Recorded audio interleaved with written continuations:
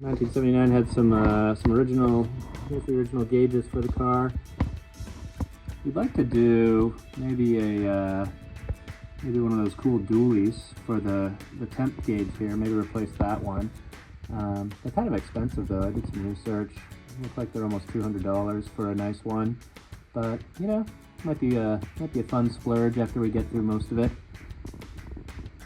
The tacks are original also. This is the 1979 or at least late 70s tack. I actually like the earlier tack. I was thinking of maybe looking and seeing if there's a way to get one of the older ones and put it in. I just kind of like the design of it. It's a little more sporty looking.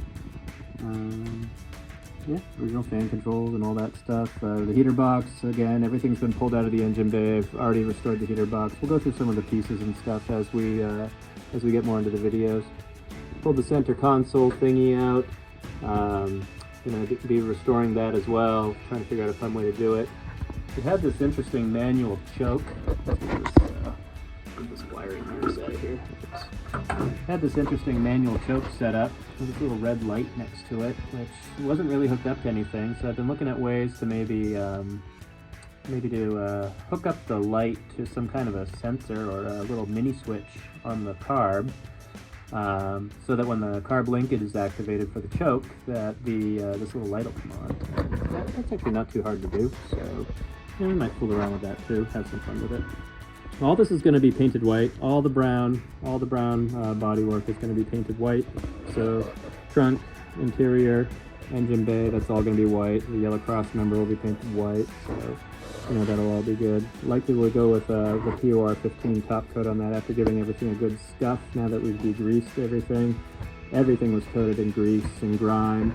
Underneath there was this old sound deadening material here. Was all over the floorboards also, floorboards on the passenger side and the driver's side, but there were cracks in it and water had gotten under, and I don't know if it's not super easy to see. Actually, I got a light, hang on, I'll go grab a light over here. Light, Harbor Freight. Harbor Freight is my newfound toy store. I knew about Harbor Freight, but I didn't know how great Harbor Freight was until I started needing a whole bunch of new tools, although I had a pretty decent amount of stuff to start with. So under here you can see this is all chewed up. Actually, it's structurally solid. There's actually very little structural rust. It's mostly surface rust, but this sound deadening material here was all over the floor here too. But like I said, it was cracked and water had gotten underneath, and it was really just a mess. Plus somebody had driven over a speed bump or something at some point, and this was all pushed up. So I banged that down. All the vinyl panels are off. Here's the passenger side. See all the rusty spots have been sort of scraped up and cleaned up a little bit. So we'll be painting all this. We'll be scuffing up all the smooth body, all the smooth body paint areas, just so that we can get a good appearance with the POR 15. And yeah, so that's kind of where we're at right now. Pretty excited about this. We're thinking, so we have all the vinyl panels as well as the original seats. Everything's that autumn leaf brown or caramel brown. Kind of went with the brown car. Everything was brown. Carpets were brown. So now we're going white, and the interior, I think we're going to try that vinyl paint potentially, and we're going to try black and see how it goes.